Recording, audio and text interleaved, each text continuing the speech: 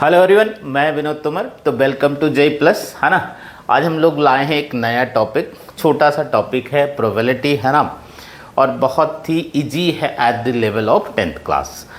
तो धीरे धीरे समझेंगे, थोड़ा बहुत अंडरस्टैंडिंग रखेंगे तो आगे तो टॉपिक तो अपना क्या है, प्रोबेबिलिटी, है ना। ये चैप्टर है और 2 ही 3 बातें हैं इस चैप्टर में सीखने के लिए, है ना। आई होप सो एक ही डेफिनीशन है, उतने से ही काम चल जाएगा। लेकिन जब 12th क्लास में जाएंगे तो काफ़ी एक्सटेंडेड फॉर्म में ये है और वहाँ पर काफ़ी डिफ़िकल्ट भी हो जाएगा। अभी तो लगेगा कि इससे इजी कुछ होता है क्या, प्रोबेबिलिटी ही सबसे इजी चैप्टर था क्या। लेकिन जब हम 12th में जाएंगे तो लगेगा क्या इससे टफ कुछ था क्या। तो आओ, है ना, कुछ चीज़ें हैं छोटी छोटी। तो पहले तो प्रोबेबिलिटी का ही क्या मतलब होता है ये समझते हैं। तुम तो एक ऐसे एग्जाम्पल समझो कि मान लो इंडिया मैच खेल रही, ठीक है। अच्छा, इंडिया मैच खेल रही है और एक और सा टीम, मान लो हमारे पास ऑस्ट्रेलिया भी साथ में मैच खेल रहा है। अब कोई कहे हमसे कि मान लो कि इंडिया आजकल अच्छा खेलती है ना, तो इंडिया के जीतने के चांसेस थोड़े ज़्यादा हैं।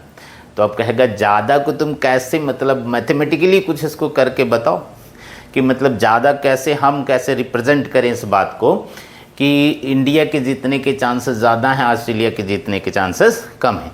तो वो जो मैथमेटिकल नंबर एसोसिएट कर रहे हैं हम लोग, है ना, इस बात को समझाने के लिए, ठीक है, वही क्या हो जाएगा, उसका प्रोबेबिलिटी हो जाएगा, है ना। तो ऑब्वियसली जो प्रोबेबिलिटी है वो कभी 1 से ज़्यादा तो हो ही नहीं सकती, है ना, और 0 से कभी कम नहीं होगी। तो जो प्रोबेबिलिटी है वो किसी भी इवेंट का होने का, वो हमेशा कहाँ रहेगा, 0 और 1 के बीच रहेगा। अब थोड़ा सा समझते हैं, कुछ टर्मिनोलॉजी हैं जो हमें समझ में आना चाहिए। तो उसमें से सबसे पहला जो टर्मिनोलॉजी है वो ये है, एक्सपेरिमेंट क्या होता है ना। एक्सपेरिमेंट क्या होता है, तो ये तो स्कूल वगैरह में देखते रहते हैं ना। अच्छा, एक्सपेरिमेंट क्या होगा, जिसका कुछ ना कुछ वेल डिफाइंड आउटकम आए। अब वेल डिफाइंड का मतलब कि हम बता पाएँ कि ये हो रहा है, ये नहीं हो रहा है ना, उसको वेल डिफाइंड कहोगे तुम, ठीक है। मतलब ऐसा ना हो कि हो क्या रहा है ये बता ही नहीं पा रहे हैं, तो फिर वो वेल डिफाइंड तो नहीं कर सकते। तो वेल डिफाइंड का मतलब है हम बता पा रहे हैं कि क्या हो रहा क्या नहीं हो रहा। तो मतलब क्या हो गया, एक्सपेरिमेंट क्या है, जिसका कुछ न कुछ वेल डिफाइंड आउटकम हो। तो ऐसे लिख देते हैं, एन एक्शन और ऑपरेशन, है ना, operation which have some well defined outcome, है ना, some well defined outcome। मतलब किसी भी, है ना, एक्सपेरिमेंट को परफॉर्म किया, मतलब कुछ किया हमने, ठीक है, लिखा एक्शन और ऑपरेशन, जो भी तुमने परफॉर्म किया उसका कुछ ना कुछ वेल डिफाइंड आउटकम आया, तो फिर उसको क्या कहेंगे हम लोग, एक्सपेरिमेंट कहेंगे। अब एक्सपेरिमेंट को बेसिकली 2 तरीके से क्लासीफाई कर रखा हम लोगों ने। एक तो होता है हमारे पास डिटरमिनिस्टिक, है ना, डिटरमिनिस्टिक, और दूसरा होता है रैंडम, ठीक। तो अच्छा, डिटर्मिनिस्टिक का क्या मतलब है कि मतलब जिसका आउटकम हर बार, मतलब कितनी बार भी उस ट्रायल को दोहराएं हम लोग, ठीक है, लेकिन जो आउटकम है वो फिक्स ही, ठीक है। जैसे एक एग्जांपल तुम समझ लो कि किसी भी तरह से तुम कुछ भी परफॉर्म करो, ट्राइंगल्स के एंगल्स का को मेज़र करो, उसका सम कहीं पर भी कैसे भी फाइंड आउट करोगे तो वो तो 180 आ जाएगा, है ना। तो मतलब इस तरह का जो ऑपरेशन परफॉर्म कर रहे हो, ये जो एक्सपेरिमेंट होगा वो डिटरमिनिस्टिक हो जाएगा, जिसका आउटकम सर्टेन है ना। इसका आउटकम क्या है, सर्टेन है। तो ये वाला क्या हो जाएगा, आउटकम सर्टेन है, इसलिए ये क्या हो जाएगा, डिटरमिनिस्टिक हो जाएगा। तो सवाल है, मतलब प्रोबेबिलिटी इस पर बेस तो नहीं होना चाहिए, है ना, ठीक है, क्योंकि ये तो पहले से ही सर्टेन है, तो फिर उसकी प्रोबेबिलिटी तो 1 हो जाएगी। तो फिर यहाँ पे क्या प्रोबेबिलिटी निकालेंगे, मतलब ठीक है। ये दूसरा रैंडम एक्सपेरिमेंट है। अब सवाल है रैंडम एक्सपेरिमेंट क्या होगा।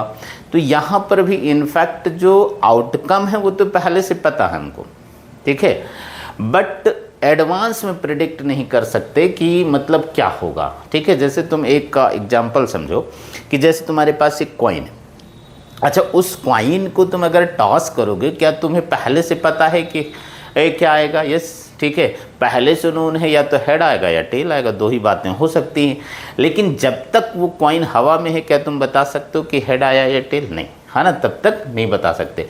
तो आउटकम तो पहले से पता ही है कि आउटकम या तो हेड होगा या तो टेल होगा, लेकिन एग्जैक्टली आएगा क्या, वो जब तक हो नहीं जाता है तब तक नहीं बता सकते। तो इस तरह का जो एक्सपेरिमेंट होगा वो क्या होगा? रैंडम एक्सपेरिमेंट होगा। मतलब प्रोबेबिलिटी ऑब्वियसली इसी पर बेस्ड होना चाहिए, है ना। ठीक है, तो ये क्या हो गया? हुज आउटकम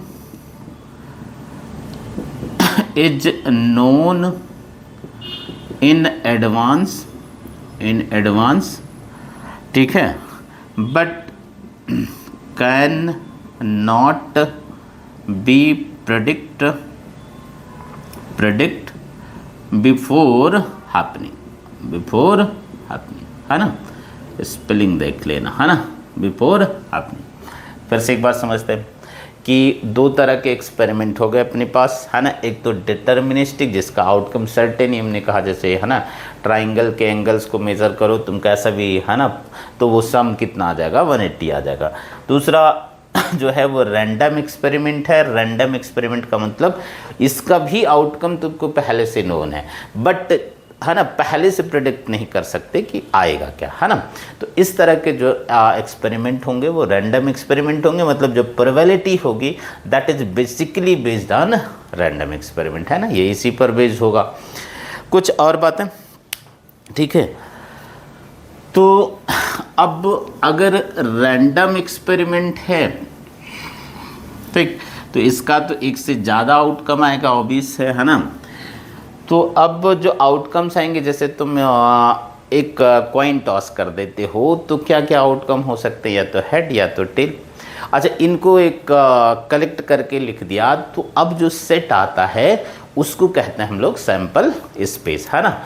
तो सेट की वैसे तो डेफिनीशन तुम, है ना, सैंपल स्पेस डेफिनीशन तो सेट क्या होता है वो 11th में सीखेंगे, बट, है ना, ऐसी कुछ मुश्किल तो है नहीं, बहुत आसान सी बात है कि मतलब जो भी टोटल आउटकम्स होंगे उनको कलेक्ट कर लिया, है ना, वो क्या हो जाएगा? हमारा सैंपल स्पेस हो जाएगा। तो ऐसे लिख सकते हैं, it is collection of all outcome of a random experiment, है ना, रैंडम एक्सपेरिमेंट ये क्या हो जाएगा हमारा? ठीक है, सैंपल स्पेस होगा। जैसे हमने कहा कि एक कॉइन तुम टॉस कर देते हो तो दो आउटकम हो सकते हैं, या तो हेड और या तो टेल। तो इनको करली ब्रैकेट के अंदर लिख दिया हमने, है ना, एच और टी। तो इसको एस से डिनोट कर दिया, मतलब एस क्या डिनोट करता है? Sample space. ये क्या डिनोट करता है? Sample space. ये बात समझ रहे हैं? ऐसे ही मान लो तुम दो कॉइन टॉस कर देते हो, है ना, तो दो कॉइन टॉस कर दोगे तो पहला वाला कॉइन टॉस किए तो या तो हेड आएगा या तो टेल आएगा। अब ठीक है, फिर से एक को टॉस किए तो उस पर या तो हेड आएगा या तो टेल आएगा। ऐसे ही इस पर भी या तो हेड आएगा या तो टेल आएगा, है ना। ठीक है। अच्छा, दो कॉइन को बारी बारी से टॉस किया या एक साथ टॉस कर दिया, दोनों सेम ही बातें हैं। मतलब चाहो तो 1 by 1 टॉस कर दो और चाहो को दोनों एक साथ टॉस कर दो, सैंपल स्पेस सेम ही आएगा, है ना। तो यहाँ पर अगर मैं सैंपल स्पेस लिखना चाहूँ तो पहले पे हेड आया हो तो इसके करस्पॉन्डिंग दूसरे पे हेड भी आ सकता है और टेल भी आ सकता है।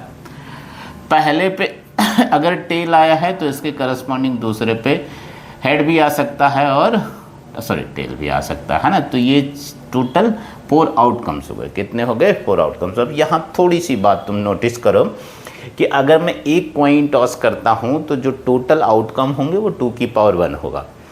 2 कॉइन टॉस करूँगा तो जो आउटकम होंगे वो 2 की पावर 2 होगा। 3 कॉइन टॉस कर दोगे तो वहाँ तक तो बहुत ईजी है, तो देख ही सकते हो। फिर लिख लेंगे थोड़ा सा, है ना। देखो 3 अगर टॉस कर दें तो पहला वाला टॉस किए तुम, तो या तो हेड आया या तो टेल आया। फिर दूसरा वाला टॉस किए तो यहाँ हेड आया होगा तो दूसरे पे तो हेड टेल आ ही सकता है, इस पे टेल आया होगा तब भी हेड टेल आ सकता है। अच्छा इस पे हेड आया होगा तो भी नेक्स्ट वाले पे हेड टेल आ सकता है, इस पे भी हेड टेल आ सकता है, इस पे भी हेड टेल आ सकता है और इस पे भी हेड टेल आ सकता है। इस तरह का जो प्रोसेस है ये ट्री डायग्राम कहलाता है ना।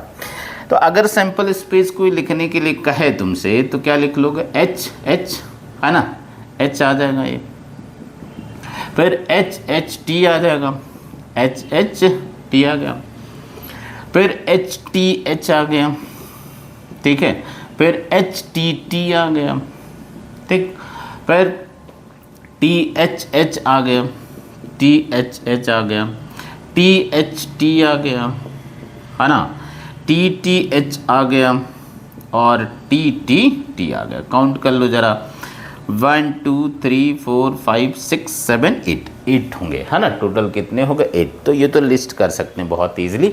अच्छा अब थोड़ा सा समझा, हमने कहा कि for one coin outcome total कितने थे, टोटल आउटकम था 2 की पावर 1 मतलब 2 हो गया। अच्छा for two coin total outcome कितना हुआ, 2 की पावर 2 मतलब 4 हो गया है ना। अच्छा for three coin total outcome कितने हो जाएंगे, टोटल आउटकम हो गया 2 की पावर 3 मतलब 8। तो अब तुम्हें पैटर्न समझ में आ गया होगा कि 1 किया तो उसके करस्पॉन्डिंग 2 की पावर, 2 किया तो 2 की पावर 2, 3 किया तो 2 की पावर 3, मतलब n कर दोगे तो 2 की पावर n हो जाएगा। मतलब अगर कोई कहे कि 5 कॉइन्स टॉस कर दिए तुमने तो टोटल केवल आउटकम्स बता दो तो कितना होगा, 2 की पावर 5 मतलब 32 हो जाएगा। किसी ने अगर 7 कॉइन्स टॉस कर दिए और तुमसे टोटल आउटकम्स केवल पूछे तो 2 की पावर 7 कितना हो गया, 128 हो जाएगा। 8 कॉइन्स कर दिए तो 2 की पावर 8 मतलब 256 हो जाएगा। तो इसको जनरल लिख देते हैं हम। तो एक और तरीका बताते हैं और कैसे तुम इसको जल्दी लिख सकते हो। तो टोटल जो आउटकम हो गए फॉर n कॉइन्स है ना, कॉइन्स टोटल आउटकम क्या हो जाएगा, टोटल आउटकम हो जाएगा 2 की पावर n, ठीक है। तो मैं कहूँ कि फॉर है ना सपोज 6 कॉइन्स टोटल आउटकम बताओ, टोटल आउटकम, तो टोटल आउटकम बता दोगे तुम कितना हो जाएगा, 2 की पावर 6 मतलब 64 हो जाएगा है ना, 64। अब इसको थोड़ा एक और आसान तरीके से लिखना सीखते हैं। देखो 2 तक तो तुमको वैसे भी प्रॉब्लम नहीं होगी, बहुत आसानी से लिख दो।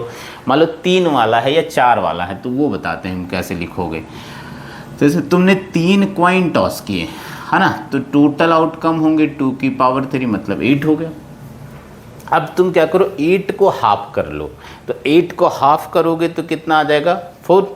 तो 4 तो h लिख दो और 4 टेल, ऐसा कहाँ पर, पहले वाले कॉइन पर, तो 4h लिख दिए और 4 टेल लिख दिए मैंने है ना, ठीक। अच्छा फिर दूसरे वाले पे इसका हाफ कर दो, मतलब 4 का हाफ कर दो, तो 4 का हाफ करोगे तो 2h 2t 2h 2t लिख दो, ठीक है। तो 2h 2t, फिर 2h 2t। अच्छा फिर नेक्स्ट वाले पे उसका हाफ कर दो, तो फिर से 1h 1t 1h 1t मतलब h t h t h t h t। तो ये देखो ये सैंपल स्पेस आ गया है ना, ये सैंपल स्पेस आ गया तुम्हारे पास है ना, ठीक है। अच्छा ऐसे ही अगर 4 कॉइन्स टॉस कर देते तो तुम कर लेना है ना, टोटल 16 होंगे। पहले पे 8h 8t, दूसरे पे 4h 4t 4h 4t, फिर नेक्स्ट वाले में 2h 2t 2h 2t, ऐसे लिखते चले जाना। फिर अगले वाले पे 1h 1t 1h 1t, ऐसे देना नहीं चाहिए है ना, ठीक है। अच्छा कुछ और थोड़ा सा डाइस समझते हो तुम है ना, जैसे लूडो खेला करते हैं तो। अच्छा फेयर डाइस या अनबायस्ड डाइस का क्या मतलब है, फेयर डाइस और अनबायस्ड डाइस है ना। तो अभी बेसिकली हम लोग सैंपल स्पेस बनाने पे ही ध्यान दे रहे हैं, है ना, कि सैंपल स्पेस क्यों कैसे लिखेंगे, क्योंकि फिर थोड़ा इजी ही है काम। अच्छा, तो फेयर डाइस या अनबायस्ड डाइस लिखे का मतलब उसमें तुमने कुछ भी गड़बड़ नहीं किया है, कुछ भी गड़बड़ नहीं किया है, मतलब जो नंबर्स होते हैं उन सब क्या हैं, बराबर बराबर आने के चांसेस हैं, सबके इक्वल चांसेस हैं। अच्छा, तो अगर डाइस थ्रो करते हो तो क्या क्या नंबर लिखा होता है, या तो 1 या तो 2 या तो 3 या तो 4 या तो 5 या तो 6। और फेयर रखने का मतलब कुछ भी गड़बड़ नहीं करे, मतलब किसी के चांसेस बढ़ा नहीं रहे हैं कि 1 से 2, जो 2 है उसके ज़्यादा चांसेस कर दें 1 से आने के। तो अगर एक डाई टॉस करते हो फॉर 1 डाइस, है ना, सैंपल स्पेस अगर लिखते हो तो क्या आएगा, 1 2 3 4 5 और 6 आ जाएगा। आई होप सो समझ रहे हो। अच्छा, इसको मैं ऐसे लिखता हूँ कि टोटल आउटकम कितने हैं। देखो, टोटल आउटकम होगा 6, एक डाइस थ्रो करने पे 6 आउटकम, तो 6 की पावर n हो गया, तो 6 हो गया। अच्छा, अगर मैं 2 डाइस टॉस कर दूं फॉर 2 डाइस, है ना, टोटल आउटकम तो ये हो जाएगा 6 की पावर 2 मतलब 36। अब क्या 36 के 36 लिखना चाहोगे, मत लिखो, ऐसे ही नहीं किया तो ऐसे कर लिया। कैसे किया, यहाँ पे 1 2 3 4 5 6 आया और क्रॉस लिख दिया 1 2 3 4 5 6। अब जैसा चाहिए होगा वो यहाँ से आ जाएगा। जैसे कोई कहे कि ऐसे वाले बताओ, है ना, ये मतलब कोई लिखो जिसमें सारे नंबर तो सारे नंबर सेम, जैसे 1 के साथ 1, 2 के साथ 2, 3 के साथ 3, 4 के साथ 4, 5 के साथ 5, 6 के साथ 6, तो वो अभी लिखते आ जाएगा। अच्छा, अगर मैं फॉर 3 डाइस लिखूं तो इतना बड़ा क्वेश्चन तो नहीं आना चाहिए, है ना। फॉर 3 डाइस टोटल आउटकम कितने होंगे, टोटल ये पता होना चाहिए तुमको, टोटल आउटकम कितना हो गया, 6 की पावर 3 मतलब 216, मतलब अगर n डाइस थ्रो कर दोगे तो कितना हो जाएगा, 6 की पावर n। तो फॉर n डाइस सब लिख रहा हूँ मैं, है ना, टोटल आउटकम कितना हो जाएगा, 6 की पावर n। आई थिंक 2 तक तो तुमको जानना चाहिए कि कैसे लिखेंगे, है ना। एक तो वैसे भी बहुत आसान है, 2 तक बहुत आसानी से लिखना आ जाएगा। वहाँ जहाँ क्वेश्चन में ज़रूरत पड़ेगी वहाँ पे हम लोग डिस्कस करेंगे। तो ये आई होप सो तुम्हें आना चाहिए। कुछ और बातें हैं जो प्रिलिमिनरी चीज़ें हैं जैसे आना ही चाहिए हमें, क्योंकि क्वेश्चंस में उनको यूज करेंगे। जैसे कार्ड के बारे में तुम जानते हो, है ना, कार्ड।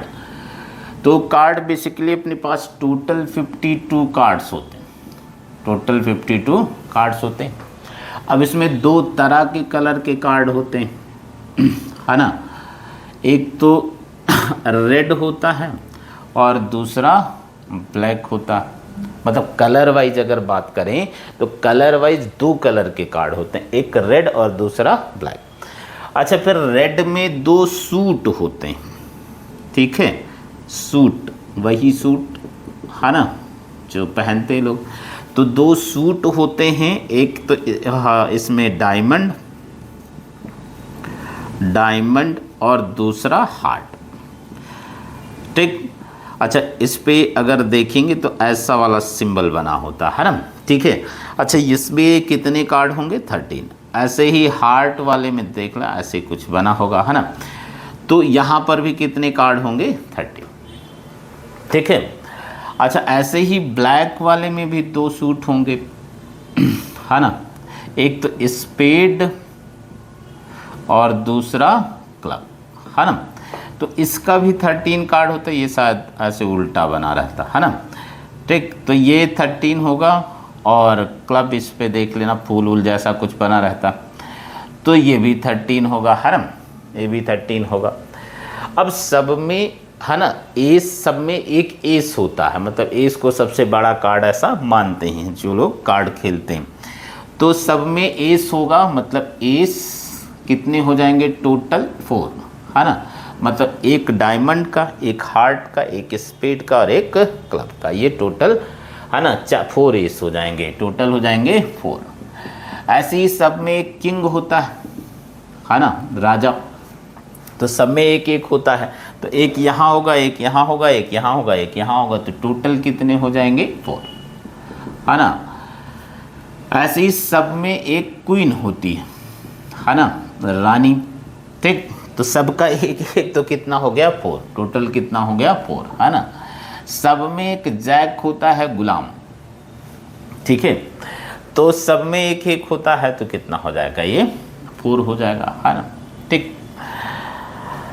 आई होप सो समझ रहे हो तुम। अच्छा, ये जो क्या कहें 4 एस हैं हमारे पास, और ये बाकी ये वाले 4 कार्ड, और टोटल कहाँ गए ये वाले, सॉरी किंग जो है, किंग और क्वीन इस पर फेस बना, किंग क्वीन और जैक इन पर फेस बना होता है ना, ठीक। मतलब चेहरे, राजा रानी और गुलाम के चेहरे बने होते हैं। तो फेस कार्ड टोटल कितना हो जाएगा, फेस कार्ड हो जाएगा 12, है ना।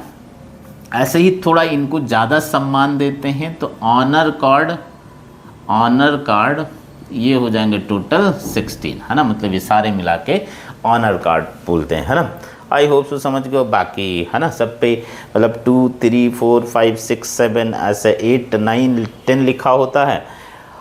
11 की जगह पे वो जैक वाला होता है, 12 की जगह पे क्वीन होती है, आई थिंक ऐसे ही होता है। और ये किंग है ना, किंग और क्वीन और एस ये बने होते हैं, है ना। तो 11 की जगह पे यूज करते हैं लोग क्या कहें जैक वाले को, और एस की मतलब 1 जो होना चाहिए वो एस से यूज करते हैं वो एस। तो टोटल 13 कार्ड हो जाएंगे, है ना, टोटल 13 कार्ड हो जाएंगे। आई होप सो इतना तुम्हें जानना चाहिए। These are regarding sample space, है ना। तो सैम्पल स्पेस ही बनाना सबसे पहले आना चाहिए। अब दूसरी बात है इवेंट क्या होता है ना।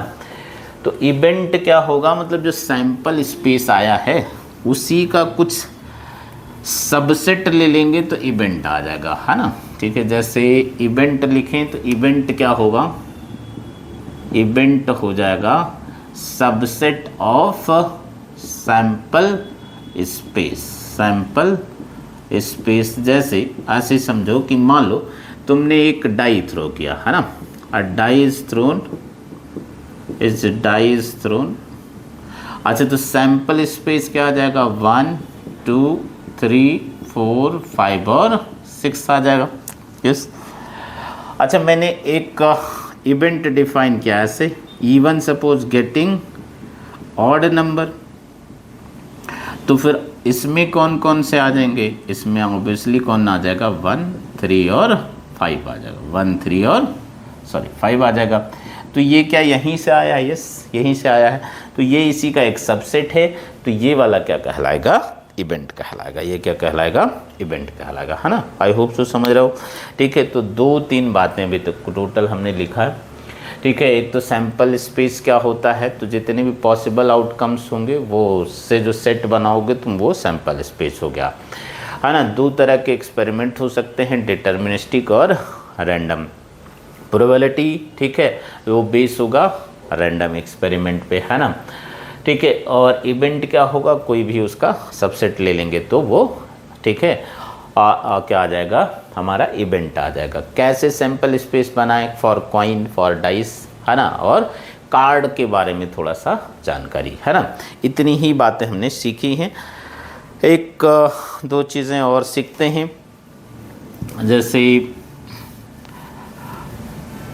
एक तो ये एलिमेंट्री इवेंट या सिंपल इवेंट क्या होगा, एलिमेंट्री इवेंट या इसी को सिंपल इवेंट बोलते हैं, सिंपल, तो जो सैंपल स्पेस है, ठीक है, उसका अलग अलग आउटकम जो है उसको एक सैंपल पॉइंट बोल सकते हो। तो ये जो एलिमेंट्री इवेंट है उसमें केवल एक ही सैंपल पॉइंट आ सकता है। मतलब इसमें क्या होगा, which